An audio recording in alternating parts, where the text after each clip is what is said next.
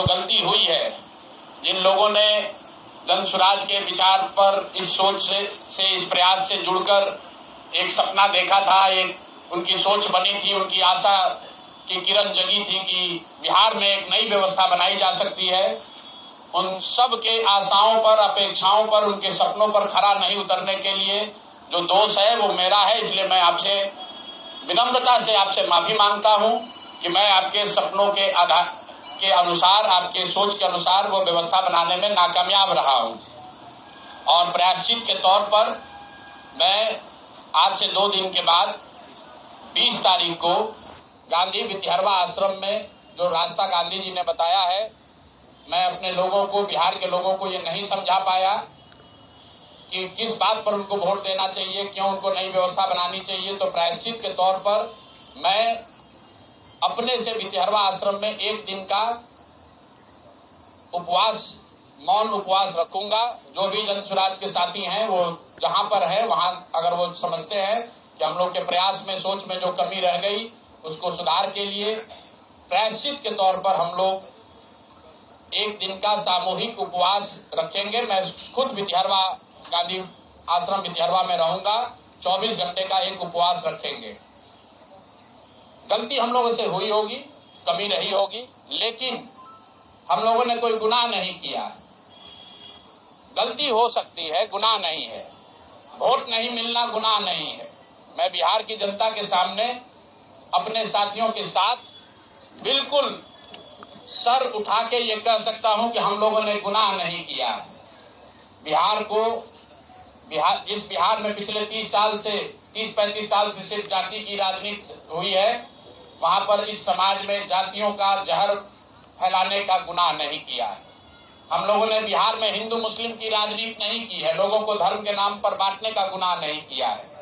हम लोगों ने बिहार की गरीब जनता को, भोले वाले लोगों को पैसा देकर उनका वोट खरीदने का गुनाह नहीं किया है।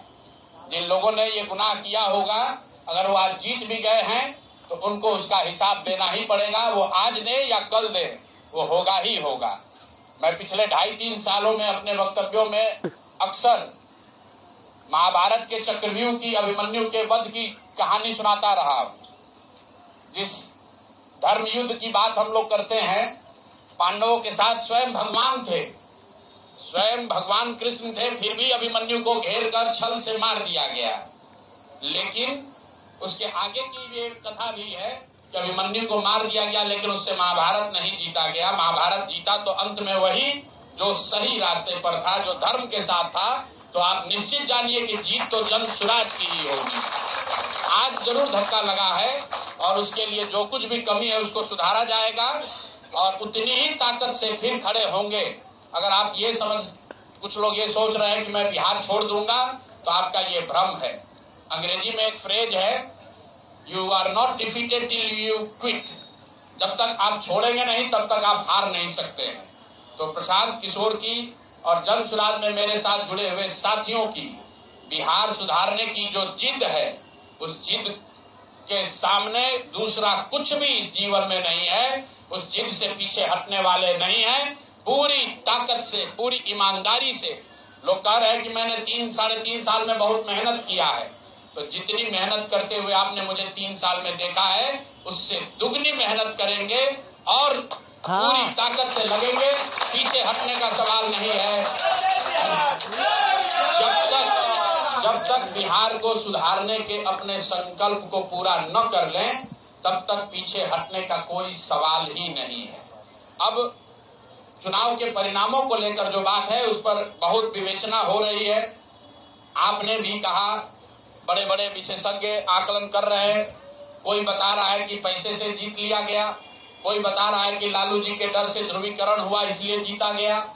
कुछ लोग बता रहे हैं कि जातियों की बात अभी पूरी तरह खत्म नहीं हुई।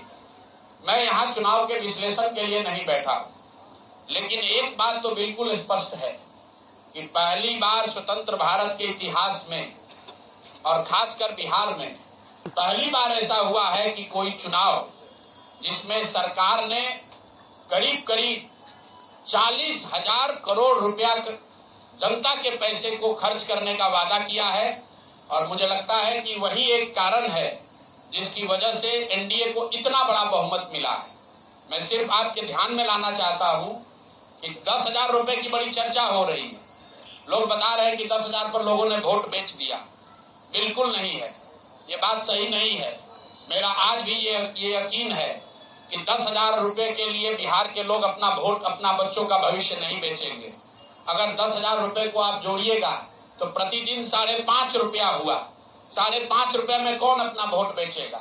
लोगों ने 10,000 रुपए के लिए सिर्फ वोट नहीं बेचा है। आपको देखने, जानने, समझने की जरूरत है। और इस पर यह बहस भी हो रहा है। सत्ता में जो लोग आए हैं वो कह रहे हैं भैया हम तो सरकारी योजना चला रहे थे। जो विपक्ष में है वो कह रहा है हम योजना नहीं चला रहे थे, आप पैसा देके वोट खरीद रहे थे। इसका कोई अंत नहीं है, इस बहस का कोई अंत नहीं है। चुनाव आयोग पर लोग टीका टिप्पणी कर रहे हैं, वो चुनाव आयोग का विषय है। बिहार के बेटा होने के नाते, बिहार के नागरिक होने के नाते मेरा बस एक ही प्रश्न है। हर विधानसभा क्षेत्र में 60 से 62,000 लोगों को कम से कम 10,000 रुपया सीधे तौर पर सरकार ने दिया है। सिर्फ 10,000 रुपया नहीं दिया, ये कहा कि आपको स्वरोजगार के लिए 2 लाख रुपया दिया जाएगा और उसकी पहली किस्त के तौर पर, बयाना के तौर पर 10,000 रुपया उसको दिया गया। और पूरा सरकारी तंत्र लगाया गया लोगों को ये बताने के लिए कि अगर आप एनडीए को